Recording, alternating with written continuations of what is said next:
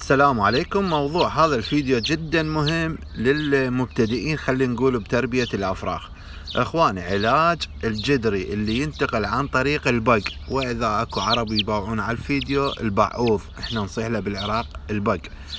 علاج هذا المرض هذا طبعا فيروسي ودائما يصيب الأفراخ، فما دام هو هذا المرض فيروسي فماكو له علاج، وانما اكو مواد نخليها له على مود تيبس الالتهابات اللي تصير عنده وتلطف الموضوع. اول شيء نرفع المناعه مالته عن طريق اي رافع مناعه ممكن تشتري، ونستخدم هاي العصاره او اليود الاحمر هذا اللي يستخدم للجروح. وطبعا اكو مواد همين منزليه ممكن نستخدمها مثل خل التفاح وغيره من الامور، بس انا هذني اللي اجربهم دائما، اليود وذاك الثاني العصارة.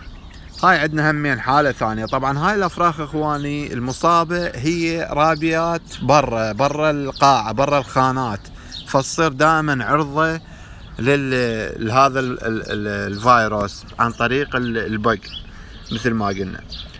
فاللي اذا مثل هاي الافراخ اللي ورا هذا الكتكوت، هاي خازنها اني بحاضنات فما عليهن اي شيء. ليش؟ لان انا مغلفهن بهذا السيم الناعم اللي ما يقدر يدخل عن طريق البق.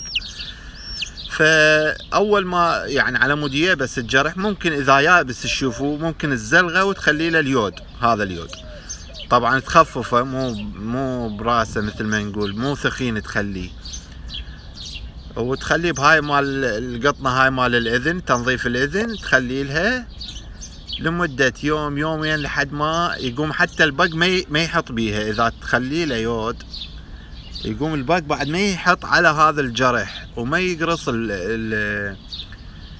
الافراخ. طبعا افراخ الطيور همين عرضة لهذا الشيء. ونستخدم هاي العصارة همين يوم يومين راح تلقى فرق كبير. هي هاي العصارة اصلا خاصة بهيك امور، واكو هواي عصارات تفيدنا مثل عصارة مال العيون، همين مال التهابات مال العين، واسعارها رخيصة وموجودة باي صيدلية، سعرها ب1000 دينار 1500. لمدة 3 ايام 4 نظل نواظب نخلي لها من هذا العلاج.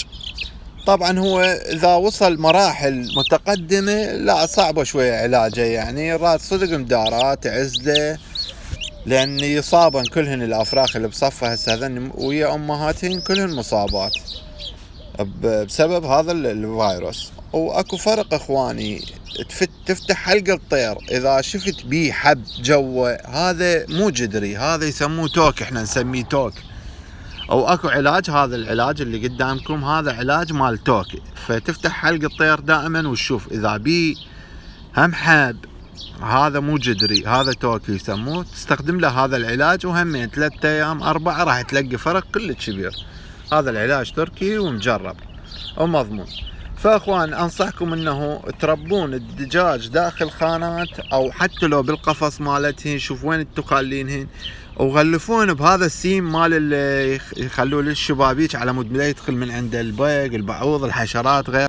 ونصيحة ثانية، إذا لا سمح الله تعاركن الدجاجات وطلع من عندهن دم من عرفة من غيره، يعني الدجاج الكبار حتى الصغار، حاول انه تعقمه بالديتول على مود لا يرجع البق، لان هذا يجي على الزفرة البق.